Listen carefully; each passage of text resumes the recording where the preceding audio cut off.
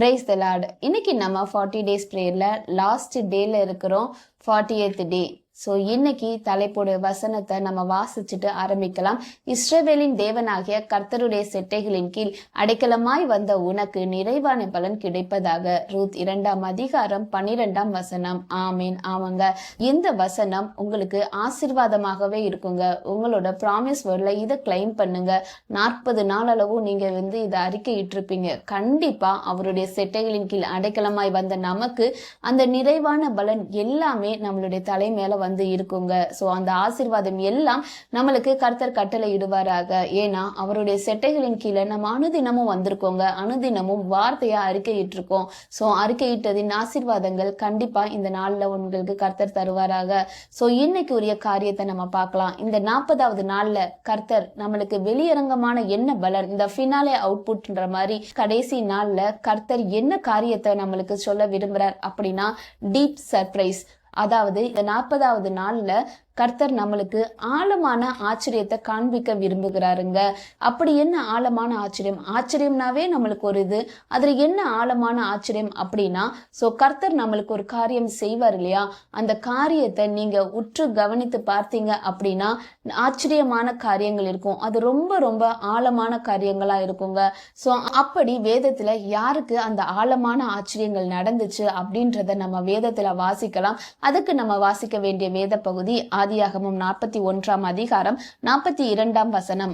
பார்வோன் தன் கையில் போட்டிருந்த தன் முத்திரை மோதிரத்தை கழற்றி அதை யோசேப்பின் கையிலே போட்டு மெல்லிய வஸ்திரங்களை அவனுக்கு உடுத்தி பொன் சரப்பணியை அவன் கழுத்திலே தரித்து தன்னுடைய 2ஆம் ரதத்தின் மேல் அவனை ஏற்றி தெண்டலிட்டு பணியுங்கள் என்று அவனுக்கு முன்பாக கூறுவித்து எகிப்து தேசம் முழுமைக்கும் அவனை அதிகாரி ஆக்கினான். ஆமேன். ஆமாங்க. ஸோ இந்த வசனம் நீங்க வாசிச்சிருப்பீங்க. ஸோ இதை சும்மா வாசிக்காம கொஞ்சம் நம்ம நிதானித்து வாசிக்க போறோம். ஏன் அப்படின்னா ஆச்சரியம், ஆழமான ஆச்சரியத்தை கர்த்தர் தர உங்களுக்கு காண்பிக்க விரும்புகிறார் இல்லையா, அதனால நம்ம இந்த வசனத்தை நம்ம கொஞ்சம் மெதுவாவே பார்க்கலாம். என்ன அப்படின்னா இந்த வசனத்துல ஒரு அடிமை ஆளுநராக மாறுறாங்கன்னு தெரியும். ஸோ இப்படி ஆளுநராக மாறும்போது அதுவே யோசேப்புக்கு ஆச்சரியமா தாங்க இருக்கும். ஆனா அங்க என்ன ஆழமான ஆச்சரியங்கள் அப்படின்னா, தன்னோட அப்பாட்ட இருக்கும்போது என்னென்ன காரியத்தை இழந்தாங்களோ, தன்னோட வாழ்க்கையில என்னென்ன கஷ்டத்தை அனுபவிச்சாங்களோ அதற்கு சரியான பலனா இங்க கிடைக்குதுங்க. என்ன அப்படின்னா அங்க பார்க்கும்போது ஃபர்ஸ்ட் என்ன பண்றாங்க அப்படின்னா தன் முத்திரை மோதிரத்தை கலற்றுறாங்க. ஸோ தன்னுடைய முத்திரை மோதிரத்தை கலற்றி ராஜா என்ன பண்றாங்க, யோசேப்பு கையில போடுறாங்க. ஸோ இது ஒரு அதிகாரப்பூர்வமான ஒரு அங்கீகாரங்க. நீ தான் ஆளுநர். இந்த முத்திரை மோதிரம் என்ன அப்படின்னா ராஜாக்கு அடுத்த ஸ்தானம் அப்படின்றது கிடைக்குதுங்க. முக்கியத்துவம், ராஜாக்கு அடுத்த ஒரு முக்கியத்துவம். யோசேப்பு அவங்க சகோதரர் மத்தியில ஒரு முக்கியத்துவம் இல்லாதவங்களா இருந்தாங்க. தன்னுடைய தகப்பனுக்கு மட்டும்தான் பிரியமா இருந்தாங்களே தவிர தன்னுடைய சகோதரர் மத்தியில முக்கியத்துவமா இல்லைங்க. சோ இப்படிப்பட்ட யோசேப்புக்கு இங்க என்ன நடக்குது அப்படின்னா முத்திரை மோதிரம் கிடைக்குதுங்க. ஒரு முக்கியத்துவம் அங்க கொடுக்கப்படுதுங்க. இரண்டாவது என்ன அப்படின்னா அதை யோசேப்பின் கையிலே போட்டு மெல்லிய வஸ்திரங்களை அவனுக்கு உடுத்தி அப்படின்னு இருக்கு. சோ மெல்லிய வஸ்திரம் இது தன்னுடைய சகோதரர்கள் அப்பா தந்த அந்த பலவர்ண அங்கிய என்ன பண்ணாங்கன்னா உரிந்து கொண்டாங்க. சோ அந்த வஸ்திரத்துக்கு பதிலா இங்க மெல்லிய வஸ்திரம் கொடுக்கறாங்க. மெல்லிய வஸ்திரம் எதை குறிப்பிடப்படுது அப்படின்னா நம்ம வேதத்துல வாசிக்கும் போது மணவாட்டிக்கு, அதாவது இயேசுவாகிய மணவாளன் வரும்போது மணவாட்டிக்கு அந்த மெல்லிய வஸ்திரங்கள் உடுத்து வைப்பாங்க அப்படின்னு பாக்குறோங்க. சோ அப்பேற்பட்ட அந்த மெல்லிய வஸ்திரத்தை இங்க கொடுக்கறாங்க. பலவர்ண அங்கிக்கு பதிலாக இங்க மெல்லிய வஸ்திரம் கொடுக்கப்படுதுங்க. அது ராஜரிக உடையா இருக்கு. சோ மூன்றாவது காரியம் நம்ம பார்க்கும்போது அவனுக்கு உடுத்தி பொன் சரப்பனை அவன் கழுத்திலே தரித்து அப்படின்னு இருக்குங்க. பொன் சரப்பணி அப்படின்னா அந்த செயின். அடிமைக்கு என்ன கழுத்துல போடுவாங்க, அந்த சங்கிலி போடுவாங்க. அடிமைத்தன சங்கிலி போடுவாங்க. அது வரைக்கும் யோசேப்புக்கு அடிமை சங்கிலி தன்னோட கழுத்துல தொங்கிக்கிட்டு இருந்துச்சுங்க. இப்போ அந்த அடிமை சங்கிலி மாற்றி என்ன ஆகுது அப்படின்னா ராஜா கொடுக்கிற பொன் சங்கிலி அவனோட கழுத்துல இருக்குங்க. சோ அது மட்டும் இல்லாம அடிமையா கொண்டு போகும்போது ஊர் ஜனங்கள் எல்லாம் பார்த்திருப்பாங்க, அவங்க அன்னைமார்கள் எல்லாம் பார்த்திருப்பாங்க அந்த அடிமையா கொண்டு போகும்போது. சோ இப்படி எந்த இடத்துல இருந்து அவன் அவமானப்பட்டு அந்த அடிமையா போனானோ அதே ஊர் ஜனங்கள் மத்தியில என்ன ஆகுது அப்படின்னா வாசிக்கலாம், தன்னுடைய 2ஆம் ரதத்தின் மேல் அவனை ஏற்றி தெண்டலிட்டு பணியுங்கள் என்று அவனுக்கு முன்பாக கூறிவித்து எகிப்து தேசம் முழுமைக்கும் அவனை அதிகாரியாக்கினான். சோ எந்த ஜனங்கள் முன்னாடி அடிமையாக கொண்டு வரப்பட்டானோ அதே ஜனங்கள் யோசேப்பை வணங்கும்படிக்காக அந்த ராஜா செய்யறாங்க. சொப்பனத்துல எப்படி இருந்துச்சு, சகோதரர்கள் எல்லாரும் யோசேப்பை வணங்குனாங்க, அப்பா அம்மா யோசேப்பை வணங்குனாங்க அப்படின்னு. ஆனா இங்க பாத்தீங்க அப்படின்னா ஊர் ஜனங்கள் எல்லாருமே இங்க தெண்டலிட்டு பணியறதற்கு ஒரு ஆர்டர் வருதுங்க. சோ இப்படிதான் இங்க யோசேப்புக்கு ஆச்சரியமா நடந்துச்சு. ஆனா அது ஆழமான ஆச்சரியங்க. துன்பமான சூழ்நிலையில எந்தெந்த சூழ்நிலையில அவமானப்பட்டானோ அது எல்லாத்துக்குமே கணக்கு சரியா அங்க கொடுக்கப்பட்டதுங்க. அதே போலதான் உங்களோட வாழ்க்கையிலையும் நிறைய காரியங்கள் ஆண்டவர் நிமித்தமாக நீங்க இழந்திருக்கலாம், கஷ்டப்பட்டிருக்கலாம், அவமானப்பட்டிருக்கலாம். அது எல்லாமே ஆண்டவருடைய புஸ்தகத்துல எழுதப்பட்டு கொண்டே இருக்குங்க. அதற்கு டபுளா ட்ரிபிளா, ஏன் நீங்க நினைச்சு பார்க்க முடியாத அளவுக்கு அந்த காரியங்கள் எல்லாம் உங்களுக்கு கர்த்தர் சந்தோஷமாக மாற்றி கொடுப்பாருங்க, ஆச்சரியமாக மாற்றி கொடுப்பாரு. அந்த காரியம் உங்களுக்கு நடக்கும்போது நீங்க நிதானிச்சு கவனிப்பீங்க, இது இதுக்கு நடந்துச்சு, இது இதுக்கு நடந்துச்சு அப்படின்னு சொல்லிட்டு ஒவ்வொரு டாட்டா கனெக்ட் ஆகி கடைசியில உங்களுக்கு அந்த ஆழமான ஆச்சரியத்தை கர்த்தர் காண்பிப்பாருங்க. இந்த ஆழமான ஆச்சரியம் எப்படி கிடைக்கும், எப்ப வரும் அப்படின்றது நமக்கு தெரியவே தெரியாதுங்க. யோசேப்புக்கு இந்த ஆழமான ஆச்சரியம் எப்படி நடந்துச்சு அப்படின்னா தீவிரமாய் நடந்தது. சோ உங்களுக்கு நடக்க போற அந்த ஆச்சரியமான காரியமும் தீவிரமா நடக்குங்க. நீங்க இருந்தபடிதான் இருப்பீங்க. இப்போ நம்ம கேட்டுக்கிட்டு இருக்கோம், நாளைக்கே நடக்குமா அப்படின்னா கர்த்தர் என்னைக்கும் செய்ய வல்லவராய் இருக்கிறார். ஏன் அப்படின்னா அங்க யோசேப்பு அடிமைத்தன வாழ்க்கையில தான் வாழ்ந்து கொண்டு இருக்கிறான், காவலில தான் வைக்கப்பட்டு கொண்டு இருக்கிறான். ஆனா அங்க தீவிரமா என்ன ஆகுது அப்படின்னா ஒரு ஆர்டர் வருது, யோசேப்பை கூட்டிட்டு வாங்க அப்படின்னு சொல்லிட்டு. அந்த வசனத்தை கூட நம்ம வாசிக்கலாம். 41ஆம் அதிகாரம் 14ஆம் வசனம் ஆதியாகமத்துல, அவனை தீவிரமாய் காவல் கிடங்கில் இருந்து கொண்டு வந்தார்கள், சவரம் பண்ணி கொண்டு வேறு வஸ்திரம் தரித்து பார்வோன் இடத்தில் வந்தான். ஆமேன். ஆமாங்க. சோ இந்த வசனத்துல கூட நம்ம வாசிக்கிறோம், தீவிரமாய் கொண்டு வரப்பட்டாங்க. இப்படி தீவிரமாக கொண்டு வரப்பட்டாங்க. இன்னைக்கு 40வது நாள் நம்ம இன்னொரு நபரையும் குறிச்சு பார்க்கலாங்க. கொஞ்சம் லென்த்தியா தான் இருக்கும். ஆனா இந்த ஆழமான ஆச்சரியம் நம்மளோட வாழ்க்கையில வரணும் அப்படின்னா நம்ம நிறைய காரியங்களை கத்துக்கிற வேண்டியதா இருக்கு.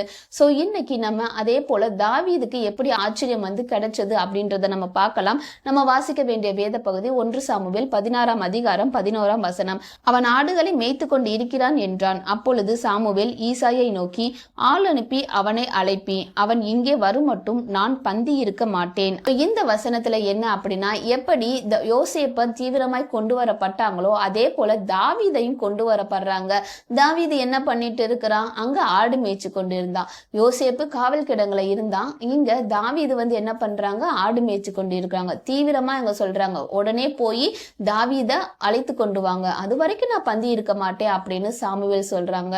ஈசாயி தன் மகனை அழைக்கவே இல்லைங்க. ஆனா அதுல பாத்தீங்க அப்படின்னா இங்க ஈசாயி ஆள் அனுப்ப வைக்கிறாங்க. ஈசாயி தாவீதுக்கு முக்கியத்துவம் கொடுத்திருந்தா அப்படின்னா முன்னாடியே இங்க வர வச்சிருந்திருக்கணும். ஆனா இங்க கர்த்தர் என்ன பண்றாரு, ஈசாயி மூலமா நீ ஆள் அனுப்பி வரவை, அப்பதான் நான் பந்தி இருப்பேன் அப்படின்னு சொல்லிட்டு சாமுவேல் மூலமாக அங்க வெயிட் பண்ண வைக்கிறாருங்க. சோ இங்க தாவீதுக்கு ஒரு முக்கியத்துவம் கொடுக்கப்படுதுங்க. யாரை இவங்க ஒதுக்குனாங்களோ அவங்க தான் அங்க மூளைக்கு தலைக்கெல்லாம் மாறுறாங்க. யாரை ஈசாய் ஒதுக்குனானோ அவனை வர வரைக்கும் எல்லாருமே வெயிட் பண்ண வைக்கிறாங்க. சோ இங்க தாவீது வந்தாச்சு. சகோதரர்களும் தன்னை அசட்டை பண்ணுனாங்க, அலட்சியமா பார்த்தாங்க. தன்னோட அப்பாவும் தன்னை மகனாவே ஏத்துக்கலாம் அப்படின்ற இருக்கிற தாவீதுக்கு இங்க என்ன நடக்குது அப்படின்னா அந்த சகோதரர்கள் நடுவில கர்த்தர் என்ன பண்றாரு, அபிஷேகம் பண்ணிறாரு. யார் யார் முன்னாடி வெட்கப்பட்டு நின்றானோ, யார் யார் முன்னாடி அடிமைத்தன வாழ்க்கையை வாழ்ந்து கொண்டு இருந்தானோ, சோ அவங்க கண்களுக்கு முன்னாடி கர்த்தர் என்ன பண்றாரு அப்படின்னா, நீதான் நான் தெரிந்து கொண்ட மனுஷன் அப்படின்னு அபிஷேகம் பண்ணுகிறாருங்க. சோ உங்களுக்கு இந்த ஆழமான ஆச்சரியம் நடக்கும்போது தீவிரமாய் நடக்குங்க. இந்த 2 காரியத்துல இருந்து நம்ம என்ன கத்துக்கிறோம் அப்படின்னா, உங்களுக்கு ஆழமான ஆச்சரியம் கண்டிப்பா நடக்குங்க. அப்படி நடக்கும்போது அது தீவிரமாய் நடக்கும். 1. 2வது என்ன அப்படின்னா, நீங்க எந்தெந்த காரியத்துக்கு துன்பப்பட்டு கொண்டு இருந்தீங்களோ, எந்தெந்த காரியங்களுக்கு நீங்க அவமானப்பட்டு இருந்தீங்களோ, காரியத்தை மறக்கிற அளவுக்கு கர்த்தர் உங்களுக்கு சர்ப்ரைஸ் ஆச்சரியத்தை தருவாருங்க. 3வது என்ன அப்படின்னா, யார் யார் முன்னாடி நீங்க அவமானப்பட்டு இருந்தீங்களோ, ஒரு அடிமைத்தன வாழ்க்கை வாழ்ந்து கொண்டு இருந்தீங்களோ அவங்க முன்னாடி கர்த்தர் உங்களை உயர்த்துவாருங்க. சோ இந்த காரியங்கள் இன்றைக்கு நம்ம நிறைய காரியங்கள் இந்த நிறைவான பலன்ல நம்ம பார்த்துட்டு இருக்கிறோங்க. இந்த 40 நாளும் இந்த வார்த்தையை நீங்க அறிக்கையிட்டு இருந்திருப்பீங்க. கர்த்தர் கண்டிப்பாக உங்களுக்கு அபரிதமான ஒரு ஆசீர்வாதத்தை கட்டளையிடுவார். இன்னொரு காரியமும் இருக்குங்க. இந்த டீப் சர்ப்ரைஸ்ல என்ன இருக்கும் அப்படின்னா, இந்த தீவிரமாய் நடக்கும்ல, இந்த தீவிரமாய் உங்களுக்கு நடக்கும்போது என்ன ஆகுது அப்படின்னா, கர்த்தர் உங்களை உலகத்துக்கு தெரியப்படுத்துவாருங்க. உங்க ஊர் ஜனங்களுக்கு தெரியப்படுத்துவார். அது வரைக்கும் ஒரு வீட்டுக்குள்ள இருந்திருப்பீங்க. இந்த ஆழமான ஆச்சரியம் நடக்கும்போது கண்டிப்பா கர்த்தர் உங்களை ஒரு பிரயோஜனமுள்ள பாத்திரமாக மாற்றுவாரு. அது மட்டும் இல்ல, பிரபலப்படுத்துவாருங்க. அதற்கு இப்ப நடந்து கொண்டிருக்கிற சாட்சியை கூட நம்ம பார்க்கலாங்க. என்ன அப்படின்னா, இந்த சோசன் சீரீஸ் நீங்க கேள்விப்பட்டிருப்பீங்களா என்னன்னு தெரியல. சோசன் சீரீஸ் அப்படின்னு ஒண்ணு அமெரிக்கால நடத்தி கொண்டு இருக்கிறாங்க. அதுல இயேசுவா நடிக்கிற நபரை பத்தி நம்ம சாட்சி சொல்லி இந்த தினத்தை வந்து முடிக்கலாங்க. சோ அதுல என்ன அப்படின்னா, ஜோனத்தான் அப்படின்னு ஒருத்தவங்க தான் இயேசுவா வந்து நடிக்கிறாங்க. அவங்களோட சாட்சி என்ன அப்படின்னா, அவங்க கிட்டத்தட்ட 40 வயசுக்கு மேல இருக்கும்போது என்ன ஆகுது அப்படின்னா, அவங்களுக்கு ஒரு என்கவுண்டர் நடக்குதுங்க. பினான்சியல் என்கவுண்டர், பொருளாதாரத்துல ஒரு என்கவுண்டர் நடக்குது. என்ன அப்படின்னா, அவங்க வந்து அமெரிக்கால ஒரு டிவி ஆக்டரா இருக்கிறாங்க. ஸோ ஹாலிவுட்ல இருக்கும்போது அவங்களுக்கு கண்டிப்பா நிறைய காரியங்கள் வந்து இருக்கும். அவங்க நிறைய சம்பாதிச்சிருப்பாங்கன்னு நம்ம நினைக்கலாம். ஆனா அங்க கர்த்தர் அவங்களை தேர்ந்தெடுக்கிறது எப்படி அப்படின்னா, அவங்க ஆல்ரெடி ஃபெய்த்ல தான் இருக்கிறாங்க. ஆனா அந்த ஃபெய்த்ல இருந்தாலும் அவங்க ஒரு காரியத்துல இன்னும் தன்னை அர்ப்பணிக்கல. என்ன அப்படின்னா, அந்த கரியர் ரிலேட்டடா அவங்க அர்ப்பணிக்கவே இல்லைங்க. கர்த்தர் என்ன பண்றாரு அப்படின்னா, அவங்கள உபயோகிக்கணும், இந்த உலகத்துக்கு உபயோகிக்கணும் அப்படின்னு நினைச்சிட்டு எந்த காரியத்துல அவங்க இன்னும் அர்ப்பணிக்கலையோ அந்த காரியத்துல கை வைக்கிறாருங்க. சோ இங்க இவங்க பினான்சியல் பிரேக் டவுன் ஆகுறாங்க, பொருளாதாரத்துல ரொம்ப பாதிக்கப்படுறாங்க. ஒரு நாள் என்ன ஆகுது அப்படின்னா, அவங்ககிட்ட $20 தான் இருக்கு. சோ அந்த $20 இருக்கு, அவங்களுக்கு நிறைய பில்ஸ் வந்து கட்டணும், நிறைய காசு தேவைப்படுது, பணம் எதுவுமே இல்ல. சோ கவர்மெண்ட் இருந்து வருகிற உதவியும் அவங்களுக்கு ஸ்டாப் ஆகுற அளவுக்கு ஆயிடுச்சு. சோ 40 வயசுக்கு மேற்பட்டவங்க இப்படி கையில $20 தான் இருக்கு, அடுத்து என்ன பண்ண போறாங்க அப்படின்ற சிச்சுவேஷன் அவங்களுக்கு தெரியவே தெரியல. சோ என்ன பண்றாங்க அப்படின்னா, அவங்க முழங்கால் படியிடுறாங்க. முழங்கால் படியிட்டு ஆண்டவர்கிட்ட ஒப்பு கொடுக்குறாங்க. இதுக்கப்புறம் என்னோட வாழ்க்கையில என்ன நடக்க போகுதுன்னு தெரியாது, நான் என்ன முழுசா அர்ப்பணிக்கிறேன், என்னோட கரியரை நான் ஒப்பு கொடுக்காம இருக்கேன், இப்போ என்னோட கரியரையும் நான் ஒப்பு கொடுக்குறேன், என்னை முழுசா உங்களுக்கு அர்ப்பணிக்கிறேன் அப்படின்னு சொல்லிட்டு அர்ப்பணிச்சாங்க. அர்ப்பணிச்சதுக்கு அப்புறம் உடனே என்ன நடக்குது அப்படின்னா, அவங்களுக்கு ஒரு 4 மெயில் வந்தது. அந்த 4 மெயில்ல என்ன வந்துச்சு அப்படின்னா, அவங்களுக்கு வந்து அமௌண்ட் வந்துருந்துச்சு. அந்த அமௌண்ட்டை வச்சு அவங்களுக்கு கட்ட வேண்டிய எல்லா பில்ஸுமே வந்து கட்டப்பட்டதுங்க. இது கேட்கறவங்களுக்கு சாதாரணமா இருக்கலாம், ஒரு கடன் அடைஞ்சதுதான். ஆனா அந்த இடத்துல நீங்க இருந்தாதான் தெரியும், கையில $20 தான் இருக்கு. நம்மளோட இதுல பார்க்கும்போது கையில $20 தான் இருக்கு, 40 வயசுக்கு மேலாச்சு, எனக்கு இனி என்ன பண்ண முடியும் அப்படின்ற ஒரு சிச்சுவேஷன் கடைசி தருணத்துல இருக்கும்போது உங்களுக்கு எல்லாமே தரப்பட்டுச்சு அப்படின்னா உங்களுடைய சந்தோஷத்திற்கு ஒரு அளவே இருக்காதுங்க. அப்படிப்பட்ட சந்தோஷம் தான் அந்த ஜோனத்தானுக்கு கிடைச்சது. அந்த கரியரையும் அவங்க என்ன பண்றாங்க, ஒப்பு கொடுத்துட்டாங்க. சோ அதுக்கப்புறம் என்ன ஆகுது அப்படின்னா, ஒரு 3 மாசம் கழிச்சு அந்த சோசன் சீரீஸ் அப்படின்றது நீங்க இயேசுவா நடிக்கணும் அப்படின்னு சொல்லிட்டு அந்த வாய்ப்பு வருது. அந்த வாய்ப்பு இது பண்ணும்போது அவங்க நடிக்க ஆரம்பிக்கிறாங்க. சோ அந்த நடிக்க ஆரம்பிச்சுட்டு இப்போ அவங்க செஞ்ச ஒரு அர்ப்பணிப்பு உலகம் ஃபுல்லா அவங்கள கொண்டாடுதுங்க. உலகம் ஃபுல்லா அந்த சீரீஸ் வந்து கொண்டாடப்படுது. ஏன், நம்மளோட மொழியிலையும் அந்த சீரீஸ் வந்து வந்திருக்குங்க. எல்லாருமே அந்த சோசன் சீரீஸ் பாருங்க, கண்டிப்பா நீங்க ஆசீர்வதிக்கப்படுவீங்க. நிறைய காரியங்கள் கர்த்தர் அது மூலமாக உங்களுக்கு சொல்லுவாரு. மற்றவர்களுக்கு நீங்க அதை ஷேர் பண்றது மூலமாகவும் நிறைய பேர் ரட்சிக்கப்படுவாங்க. சோ வேதத்துல நிறைய பேரை பார்த்தோம், இங்க லைவா ஒரு மனுஷரை பார்க்கிறோம். சோ ஒரு அர்ப்பணிப்பு அங்க என்ன பண்ணுது அப்படின்னா, உலகத்தை ரட்சிக்கிறதுக்கு நிறைய பேர் அவங்ககிட்ட சாட்சி சொல்றாங்க. நிறைய பேர் கர்த்தரை இந்த சீரீஸ் மூலமா ஏத்துக்கிறாங்க. சோ அவங்க அன்னைக்கு ஒப்பு கொடுத்துறாங்க, அவங்க அன்னைக்கு அர்ப்பணிச்சாங்க, அவங்க மூலமாக எத்தனையோ ஆத்துமாக்கள் ரட்சிக்கப்படுது. சோ இன்னைக்கு நீங்க ஒரு முடிவு எடுங்க. கர்த்தர் இந்த 40 நாள்ல உங்களுக்கு ஆசீர்வாதம் தருவேன்னு சொல்லியிருப்பாரு. ஆனா ஒரு காரியத்தை அர்ப்பணி அப்படின்னு கண்டிப்பா பேசியிருப்பாரு. அந்த காரியம் என்ன என்று கர்த்தர் உங்களுக்கு சொல்லும் போது அதை நீங்க அர்ப்பணிங்க. உங்கள் மூலமாக உலகம் ரட்சிக்கப்படுங்க, நிறைய ஆத்துமாக்கள் ரட்சிக்கப்படுவாங்க. சோ அப்படி இந்த ஆசீர்வாதங்களை நம்ம பெற்றுக்கொள்றதற்கு நம்ம அவருடைய சமூகத்துக்கு வரணும், அர்ப்பணிக்கணும், அவர் சொல்ற வார்த்தைக்கு கீழ்ப்படியணுங்க. சோ இப்படி நம்ம அர்ப்பணிச்சு கீழ்ப்படிஞ்சோம் அப்படின்னா கண்டிப்பா நம்மளுக்கு அந்த டீப் சர்ப்ரைஸ், ஆழமான ஆச்சரியம் காத்து கொண்டு இருக்குங்க. தீவிரமாய் அது நடக்கும்னு சொல்றாங்க. ஸோ எந்நேரமும் நீங்க தயாரா இருங்க. கர்த்தர் உங்களுக்கு கண்டிப்பா இந்த காரியத்தை செய்வாருங்க. அது மட்டும் இல்லாம இந்த 40 நாளும் ஒவ்வொரு நாளும் நீங்க ஒவ்வொரு காரியத்தை பத்தி யோசிச்சு கொண்டு இருப்பீங்க. ஸோ இதுல மெயினா நிறைய காரியங்கள் கர்த்தர் உங்களோட இடம்பெற்றிருப்பாருன்னு நான் நம்புறேன். இந்த காரியத்துல நீங்க சீரியஸா ப்ரேயர் பண்ணுங்க. எக்ஸாம்பிளுக்கு சமாதானத்தை குறிச்சு ஒரு நாள் எடுத்தேன். அப்போ எனக்கு சமாதானம் இல்லாம இருந்துச்சு. நான் வசனத்தை மட்டும்தான் எடுத்து வச்சேன். ஏசப்பா நீங்க பேசுங்க அப்படின்னு சொல்லிட்டு அந்த மெசேஜை எடுத்து முடிக்கும் போது எனக்கு ஒரு சமாதானம் வந்துச்சுங்க. ஸோ எப்போதுமே அப்போ ஆண்டவர் சொன்ன வசனம் தான், உனக்கு ஆசீர்வாதம் வேணுமா சமாதானமா இரு அப்படின்னு சொல்றாங்க.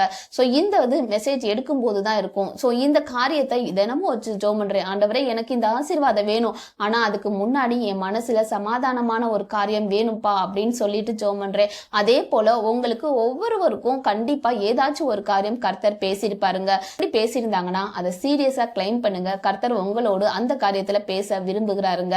சோ எல்லா காரியத்தையும் நம்ம ஒப்பு கொடுப்போம். ஜெபிக்கலாம். கண்களை மூடி, ஆண்டவரே அப்பா இந்த 40 நாள் அளவும் என் டாடி அப்பா நீங்க எங்களோடு இருந்திருக்கீங்கப்பா.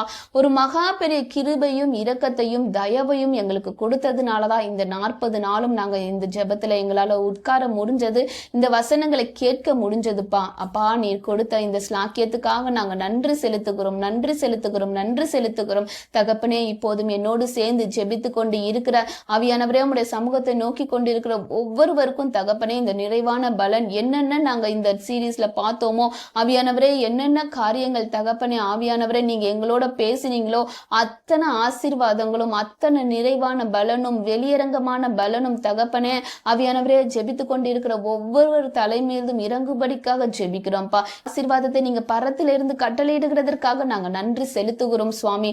ஆவியானவரே அப்பா ஸ்தோத்திரம் தகப்பனே. எத்தனையோ சூழ்நிலை இதனாக ஆவியானவரே அப்பா எத்தனையோ சூழ்நிலை இருந்துச்சுப்பா. இன்னைக்கு நாங்க ஸ்கிப் பண்ணிடுற மாதிரி சுச்சுவேஷன் இருந்துச்சுப்பா. அப்படி தகப்பனே ஆவியானவரே ஒரு நாளும் தகப்பனே அதற்கு இடம் கொடுக்காத படிக்கு ஆவியானவரே சோர்வில இருந்துச்சுன்னா அந்த சோர்வின் ஆவியை நீங்க எடுத்து போட்டீங்கப்பா. அதற்காக நன்றி செலுத்துகிறோம் ஆவியானவரே அப்பா ஸ்தோத்திரம் தகப்பனே. எல்லாத்தையும் ஆவியானவரே உங்களுடைய கரத்துல ஒப்பு கொடுக்கிறோம்ப்பா. ஆவியானவரே அப்பா ஜெபித்து கொண்டு இருக்கிற ஒவ்வொருவரையும் அப்பா இந்த 40 நாள் ஃபுல்லா அட்டன் பண்ண ஒவ்வொருவரையும் தகப்பனே ஆவியானவரே அப்பா ஸ்தோத்திரம் தகப்பனே நீங்க கண்ணோக்கி பாருங்க டாடி.